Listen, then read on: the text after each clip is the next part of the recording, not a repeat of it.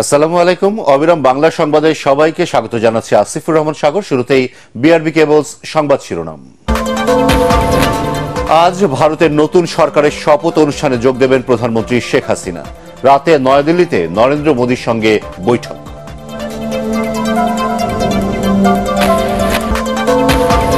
ঘূর্ণিঝড় রিমালের কারণে স্থগিত 19টি উপজেলায় চলছে ভোট গ্রহণ। ভোটার উপস্থিতি কম, প্রতিটি কেন্দ্রে কঠোর নিরাপত্তা ব্যবস্থা।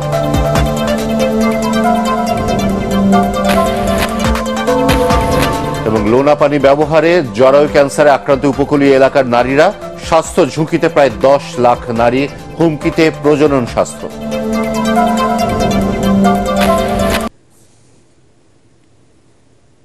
শুনছিলেন বিআরবি কেবলসের সংবাদ শিরোনাম, এবার বিস্তারিত। নরেন্দ্র মোদীর শপথ অনুষ্ঠানে যোগ দিতে এখন দিল্লিতে প্রধানমন্ত্রী শেখ হাসিনা। আজ সন্ধ্যায় দিল্লিতে তৃতীয়বারের মতো প্রধানমন্ত্রী হতে যাওয়া নরেন্দ্র মোদীর শপথ অনুষ্ঠানে যোগ দেবেন বাংলাদেশের সরকার প্রধান। এছাড়াও মোদীর সাথে একান্ত বৈঠক সহ দেশটির রাষ্ট্রপতির দেয়া নৈশভোজে অংশ নেবেন প্রধানমন্ত্রী। এর আগে শনিবার দুপুরে প্রধানমন্ত্রীকে বহনকারী বিমান বাংলাদেশ এয়ারলাইন্সের বিশেষ ফ্লাইটটি পালাম বিমানবন্দরে অবতরণ করে। সেখানে তাঁকে অভ্যর্থনা জানান ভারতের পররাষ্ট্র সচিব মুক্তেশ পরদেশি ও বাংলাদেশের হাই কমিশনার মুস্তাফিজুর রহমান। ভারতের 18তম লোকসভা নির্বাচনে নরেন্দ্র মোদীর দল বিজেপির নেতৃত্বাধীন এনডিএ জোট পেয়েছে 293টি আসন।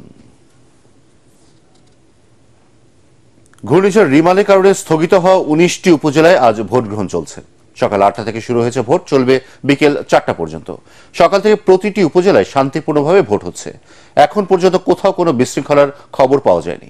তবে সকালের দিকে ভোটের উপস্থিতি কম বলে জানিয়েছেন আমাদের প্রতিনিধিরা।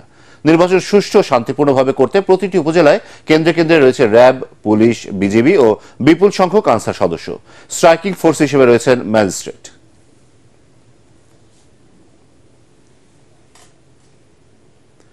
বরিশালের গৌরনদী ও আগৈলঝাড়া উপজেলায় চলছে ভোট গ্রহণ। সেখানকার ভোটের খবর জানবো আমাদের প্রতিনিধি হুমায়ুন কবিরের কাছ থেকে। ঝড়ে স্থগিত হওয়া বরিশালের গৌরনদী এবং আগৈলঝাড়ায় আজকের ভোট গ্রহণ চলছে। অত্যন্ত শান্তিপূর্ণ এবং সুষ্ঠুভাবে ভোট গ্রহণ চলছে। এবার আমরা দেখতে পেলাম অন্যান্য উপজেলার যে ভোটার দেখছি সেখানে কম ছিল, কিন্তু আজকের আমি দেখলাম যেখানে প্রচুর ভোটারদের উপস্থিত, বিশেষ করে মহিলা ভোটারদের উপস্থিতি খুবই বেশি আমরা দেখতে পাচ্ছি। একটি উৎসবমুখর পরিবেশে নির্বাচন হচ্ছে, এটি আমি বলতে পারি।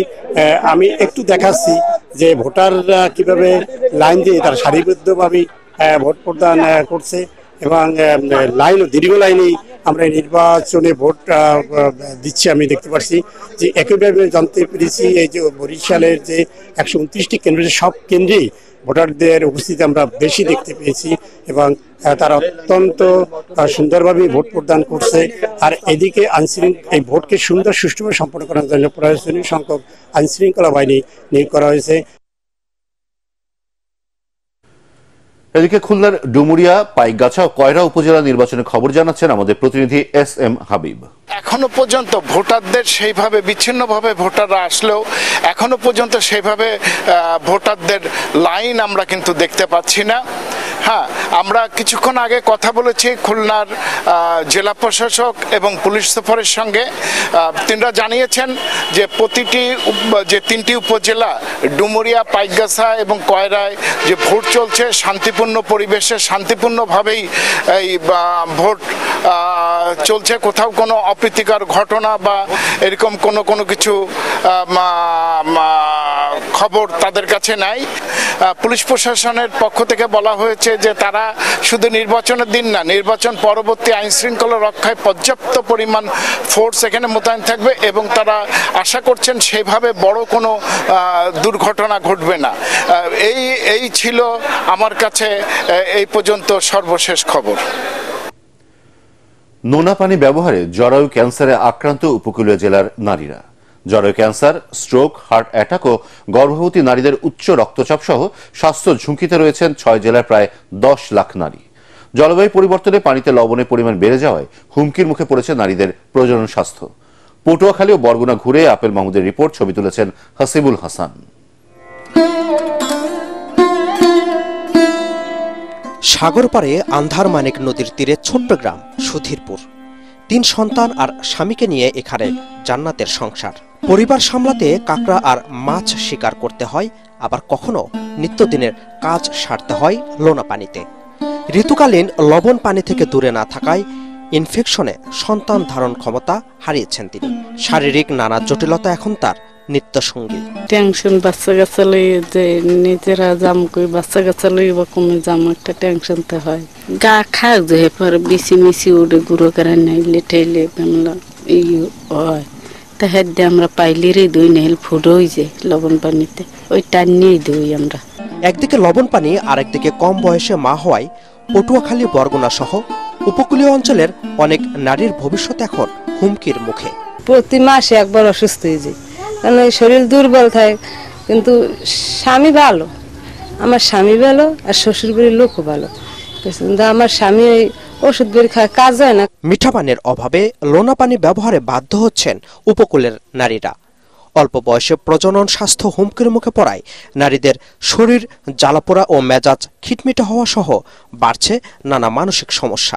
ওদিকে নোনা পানি আর এদিকে হয়েছে পুকুরের পানি, কোনো সুবিধা নাই আমাদের জন্য, তাই এই পুকুরের পানি দিয়ে আমাদের ধোয়া লাগে, এজন্য এই আমরা খাবার খাই। বিশ্ব স্বাস্থ্য সংস্থার তথ্য মতে প্রতিদিন 5 গ্রাম লবণ মানুষ গ্রহণ করতে পারলেও উপকূলীয় এলাকার মানুষের শরীরে প্রবেশ করে প্রায় 16 গ্রাম লবণ। উপকূলীয় এলাকায় সবচেয়ে বেশি স্বাস্থ্য ঝুঁকিতে আছেন বরগুনার পাথরঘাটা ও আমতলী উপজেলা, পটুয়াখালীর কলাপাড়া, রাঙাবালি, পিরোজপুরের মঠবাড়িয়া, সাতক্ষীরার আশাশুনি, কালীগঞ্জ ও শ্যামনগর এবং খুলনা ও বাগেরহাটের কয়েকটি উপজেলার নারীরা। নিরাপদ পানি ব্যবহার না করায় ও নারীর মাসিক, গর্ভকালীন ও প্রসব পরবর্তী পরিচ্ছন্নতার অসচেতনতায় বেড়েই চলছে বন্ধ্যাত্ব ও জরায়ু মুখ ক্যান্সার। অতিরিক্ত লবণের কারণে বডিতে পানির পরিমাণটা বেড়ে যায়, প্রেশার বেশি হয়ে যায়, একলামশিয়া হয় শেষের দিকে বা মাঝপথেই হয়, অথবা পলিহাইড্রামিয়াস বলতে একটা ব্যাপার আছে যে মানে বাচ্চার থলিতে পানি বেশি হয়ে আসে। ডেলিভারির সময় জরায়ুটা সহজে কন্ট্যাক্ট করতে চায় না বা জরায়ুটা সহজে কন্ট্যাক্ট করা যায় না। বাচ্চা হওয়ার পরে নর্মাল হলেও দেখা যায় ব্লিডিং এর টেন্ডেন্সিটা অনেক বেড়ে যায়। এই ধরনের সমস্যাগুলো অনেক হয়। পিরিয়ড সম্পর্কে সচেতনতা ও নিরাপদ পানির ব্যবস্থা করা না হলে উপকূলের নারীদের জীবন আগামীতে আরো হুমকির মুখে পড়বে বলে আশঙ্কা করছেন চিকিৎসকরা। Apple Mahmud, ATN Bangla, Patuakhali. ফরিদপুরে ইট ভাটার বিষাক্ত ধোঁয়ায় ফসল ও পরিবেশের ব্যাপক ক্ষতি হচ্ছে। ফসল হারিয়ে দিশাহারা কৃষকরা। বারবার অনুরোধ সত্ত্বেও কার্যকর কোনো পদক্ষেপ নিচ্ছেন না ভাটা মালিক, ফলে আর্থিকভাবে ক্ষতিগ্রস্ত হচ্ছেন কৃষকরা। এতে ক্ষুব্ধ তারা। ফরিদপুর প্রতিনিধি কামরুজ্জামান সোহেলের রিপোর্ট, জানাচ্ছেন জাহিদুল আলম। ফরিদপুরের ঢাকা বরিশাল মহাসড়কের পাশে মহিলা রোড এলাকায় গড়ে তোলা হয়েছে আব্দুল মজিদ ব্রিক্স নামের একটি ইট ভাটা। দীর্ঘদিন ধরে এই ভাটার কারণে ক্ষতি হচ্ছে পরিবেশের। ইট ভাটার কালো ধোঁয়ায় ভাটার আশেপাশের এলাকার কৃষি জমির ফসল নষ্ট হচ্ছে, মারা যাচ্ছে পুকুরের মাছ, নষ্ট হচ্ছে ফল বাগান। ইট ভাটার ক্ষতিকর ধোঁয়ায় নষ্ট হয়েছে এলাকার কয়েকশো বিঘা জমি ও ফসলের ক্ষেত। পূর্ব দিকে একটা ইটের ভাটা আছে, ইটের ভাটা লাস্টের দিন কি মেডিসিন দেওয়ার পরে আমাদের সম্পূর্ণ পুঁই শাক নষ্ট হয়ে গেছে। 4-5 বিঘা ভুঁই ওই সব ক্ষেত নষ্ট হয়ে গেছে। এই দেখেন ভাই, তার কিছু নমুনা আরগুলো খেতেই রয়েছে, আমি যাই নাই খেতে। আমার এখন সংসার কিভাবে চলবে? আমি তো এই সব শাকসবজি বেচি, আমি সংসার চালাই। বিষয়টি একাধিকবার ইটভাটা মালিককে জানানো হলেও এ নিয়ে কোনো পদক্ষেপ নেননি তিনি। বরং ভাটার দায়িত্বে থাকা ম্যানেজার কৃষকদের বিভিন্ন হুমকি দিচ্ছেন বলে অভিযোগ রয়েছে। স্থানীয় জনপ্রতিনিধি হিসাবে আমি কৃষকদের সহ ইটভাটার মালিকের কাছে যাই এবং তাদের কাছে অবহিত করার পরে তারা আমাদের কোনো কথাই কর্ণপাত করে না, বরঞ্চ তারা আমাদের কৃষকদের হুমকি ধমকি দেয়। এ বিষয়ে কথা বলতে গেলে সাংবাদিকদের ক্যামেরা ছিনিয়ে নেবার চেষ্টা করেন ইটভাটার ম্যানেজার।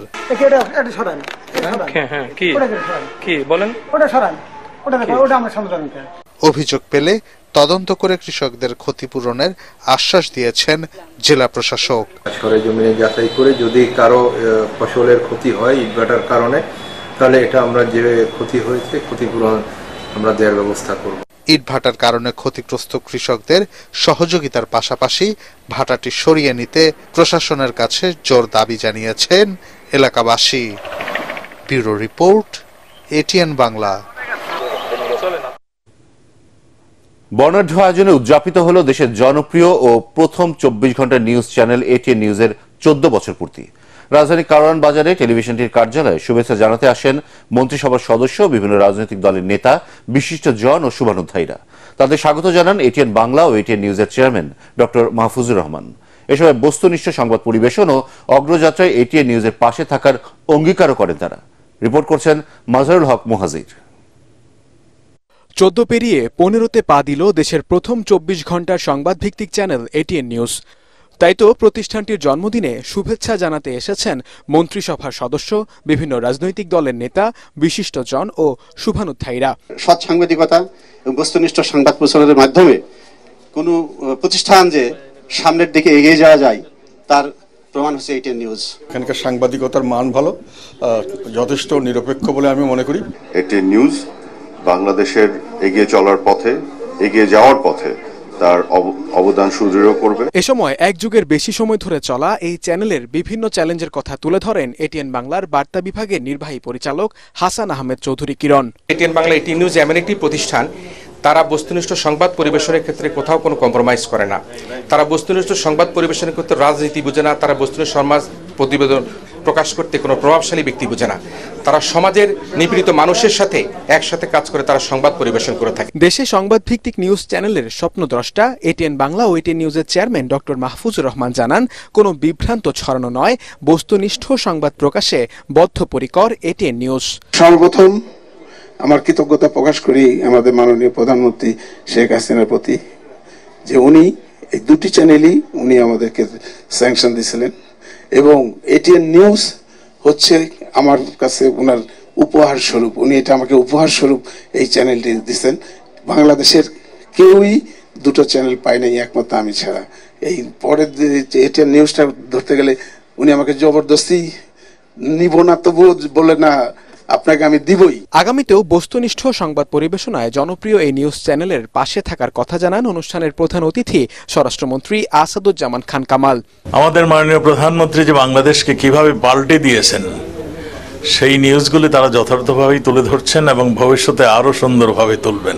বাংলার 24 ঘন্টা এই স্লোগান নিয়ে 2010 সালে আনুষ্ঠানিকভাবে যাত্রা শুরু করে দেশের প্রথম স্যাটেলাইট ভিত্তিক 24 ঘন্টা news channel ATN news. Mazharul Haque Muhajir, ATN Bangla, Dhaka. এবার বিকাশ ঈদ কেনাকাটা।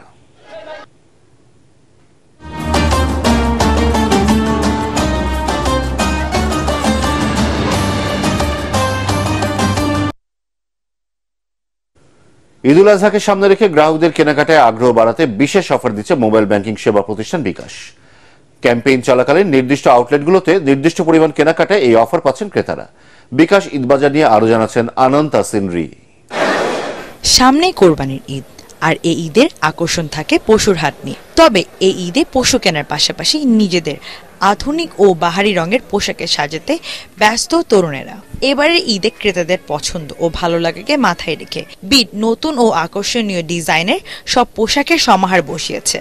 এসব পোশাকে নিজেদের আকর্ষণীয় ছাড়ের পাশাপাশি তাদের যে কোনো আউটলেট থেকে বিকাশ পেমেন্টে গ্রাহকদের জন্য থাকছে বিশেষ ডিসকাউন্টের সুবিধা। অফার দেওয়ার কারণে আমি জগার্স নিয়েছি একটা, আর আরো কিছু কেনাকাটা করবো। এখনো পেমেন্ট করার পর আমি 100 টাকা ক্যাশব্যাক পেয়েছি, এতে অনেক খুশি আমি। আমরা চাই যে আমাদের কাছ থেকে সব কাস্টমার কিনুক, সবাই কিনুক, এই জন্য আমরা একটা ডিসকাউন্টের ব্যবস্থা করেছি। বিকাশের বিষয়টা হচ্ছে এখানে একটা কাস্টমার সর্বোচ্চ ক্যাম্পেইন চলাকালীন 300 টাকা ক্যাশব্যাক পাবে। প্রতিবারের মতো এই ঈদেও গ্রাহকদের কেনাকাটার সুবিধায় বিকাশ দিচ্ছে 5% ক্যাশব্যাক। এছাড়াও ক্যাম্পেইন চলাকালীন থাকছে সর্বোচ্চ 300 টাকা পর্যন্ত এই ক্যাশব্যাক সুবিধা। আনন্দ সিনরি, এটিএন বাংলা, ঢাকা। এই ঈদে দেশ জুড়ে কেনাকাটার ফুর্তি হবে শুধু বিকাশে, সাথে ডিসকাউন্ট কুপন, ইনস্ট্যান্ট ক্যাশব্যাক।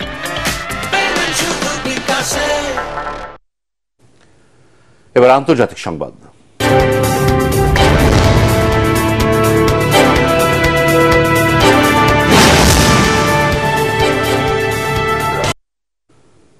আইসল্যান্ডে আবারও ভয়ঙ্কর চেহারায় জেগে উঠেছে একের পর এক আগ্নেয়গিরি। লাভার গলিত পাথর ও ধাতুর সর্বগ্রাসী স্রোত খেয়ে ফেলছে লোকালয়, সড়ক, মহাসড়ক। ফাটল দেখা দিয়েছে রাস্তায়। বন্ধ হয়ে গেছে আইসল্যান্ডের রাজধানী থেকে উপকূলীয় শহর গ্রিনডাভিকে যাওয়ার প্রধান সড়ক। বাসিন্দাদের সরিয়ে নেওয়া হয়েছে নিরাপদ স্থানে। বিস্তারিত জানাচ্ছেন শরীফুল ইসলাম। দাউ দাউ করে জ্বলা আগুনের লেলিহান শিখার এই দৃশ্যই জানান দিচ্ছে কতটা ভয়ঙ্কর আগ্নেয়গিরি থেকে বের হওয়া লাভা। ভূগর্ভ থেকে উপরের দিকে ঠেলে ওঠা গলিত লাভা আশ্রে পড়ছে লোকালয়ে, সড়ক মহাসড়কে। আইসল্যান্ডের দক্ষিণে রেকিয়াজানেস উপদ্বীপের এই আগ্নেয়গিরি থেকে নতুন করে লাভা উদ্গীরণে আতঙ্ক দেখা দিয়েছে আশপাশের অঞ্চলের মানুষের মাঝে। লাভার গলিত পাথরের স্রোত ভয়ঙ্কর রূপে বেরিয়ে আসছে সড়কে। এতে গ্রিন্ডাভিক শহরের মূল রাস্তা আলাদা হয়ে গেছে। মাত্র কয়েক ঘন্টার মধ্যে আগ্নেয়গিরির লাভায় গ্রিন্ডাভিক যাওয়ার রাস্তা ঠেকে গেছে। আমরা বিষয়টি নিবিড়ভাবে পর্যবেক্ষণ করছি। রাতের অন্ধকারেও ছড়িয়ে পড়ছে উজ্জ্বল কমলা রঙের লাভা, ধোঁয়ায় ঢাকা পড়ছে চারপাশ। বিকল্প সড়ক দিয়ে চলাচল করছেন শহরের বাসিন্দারা। এটি ধীরে ধীরে আরো ভয়ঙ্কর হচ্ছে। আগ্নেয়গিরির এই লাভা 3 কিলোমিটার এলাকায় ছড়িয়ে পড়েছে। আমরা কিছুটা আতঙ্কিত, জানি না এর শেষ কোথায়। প্রায় 800 বছর সুপ্ত থাকার পর হঠাৎ শক্তিশালী একটি ভূমিকম্পের জেরে গত বছর 18 ডিসেম্বর আইসল্যান্ডের এই আগ্নেয়গিরি থেকে লাভা উদ্গীরণ শুরু হয়। আর গেল 6 মাসের ব্যবধানে পঞ্চমবারের মতো রুদ্ররূপে জেগে উঠল আইসল্যান্ডের দক্ষিণাঞ্চলের এই আগ্নেয়গিরি। আইসল্যান্ডের আয়তন যুক্তরাষ্ট্রের কেন্টাকি অঙ্গরাজ্যের সমান। বরফের এই দেশটিতে রয়েছে 30টিরও বেশি জ্বলন্ত আগ্নেয়গিরি। শরীফুল ইসলাম, এটিএন বাংলা। বাংলাদেশের ঐতিহ্যবাহী তাঁত শিল্পের উন্নয়নে শ্রীমঙ্গলের প্রত্যন্ত গ্রামে সুবিধাবঞ্চিত মণিপুরী নারীদের মাঝে তাঁত মেশিন এবং শাড়ি তৈরির সুতা বিতরণ করেছে বাংলাদেশ লেডিস সোসাইটি জাপান। সংশ্লিষ্টরা জানান, এই প্রকল্প বাস্তবায়নের মধ্য দিয়ে আদিবাসী পিছিয়ে পড়া নারীদের তৈরি শাড়ি ও অন্যান্য হস্তশিল্প জাপান সহ অন্যান্য দেশে রপ্তানি করা হবে। এ সময় সংগঠনটির বাংলাদেশ প্রতিনিধি সানোয়ার হোসেন সহ অন্যান্য কর্মকর্তারা উপস্থিত ছিলেন।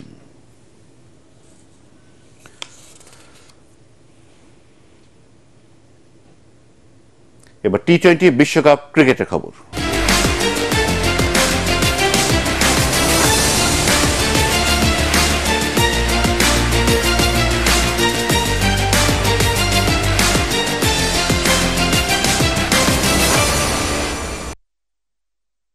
প্রভিডেন্সে টি-20 বিশ্বকাপে উগান্ডাকে মাত্র 39 রানে গুঁড়িয়ে দিয়েছে ওয়েস্ট ইন্ডিজ। তাতে দুবারের বিশ্ব চ্যাম্পিয়নরা ম্যাচ জেতে 134 রানে। টি-20তে এটাই তাদের সর্বোচ্চ ব্যবধানে জয়ের রেকর্ড। অন্যদিকে নেদারল্যান্ডসের সাথে যৌথভাবে বিশ্বকাপে সর্বনিম্ন রানে অল আউটে লজ্জায় ডুবল প্রথমবারের মতো খেলতে আসা উগান্ডা। আগে ব্যাট করে 5 উইকেট 173 রান তোলে ক্যারিবীয়রা। জনসন চার্লস 44 আর আন্দ্রে রাসেল খেলেন 17 বলে 30 রানের ইনিংস। জবাবে 12 ওভারে গুটিয়ে যায় মাসাবার দলের ইনিংস। 11 রান দিয়ে 5 উইকেট নেন আকিল হোসেন।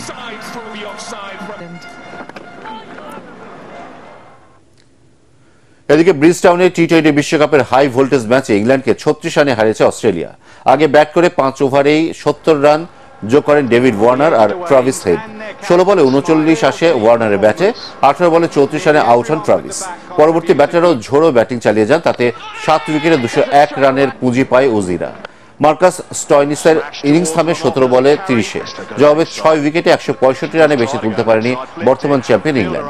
28 বলে 42 রানে ফেরেন জস বাটলার। এছাড়া মঈন আলীর উইলো থেকে আসে 25 রান। এবার পার্টেক্স খেলার খবর।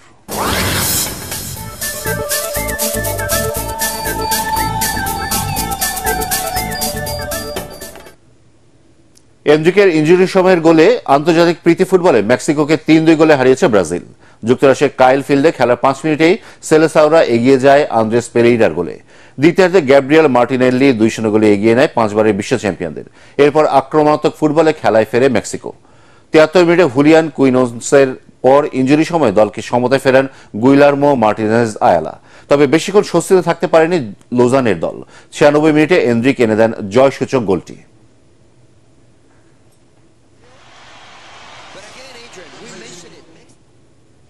শেষ করার আগে বিআরবি কেবলসের সংবাদ শিরোনাম আরো একবার। আজ ভারতের নতুন সরকারের শপথ অনুষ্ঠানে যোগ দেবেন প্রধানমন্ত্রী শেখ হাসিনা। রাতে নয়াদিল্লিতে নরেন্দ্র মোদীর সঙ্গে বৈঠক।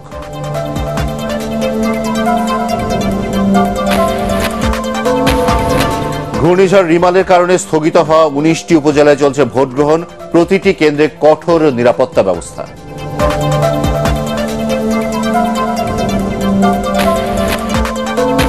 এবং নোনা পানি ব্যবহারে জরায়ু ক্যান্সারে আক্রান্ত উপকূলীয় এলাকার নারীরা, স্বাস্থ্য ঝুঁকিতে প্রায় 10 লাখ নারী, হুমকিতে প্রজনন স্বাস্থ্য।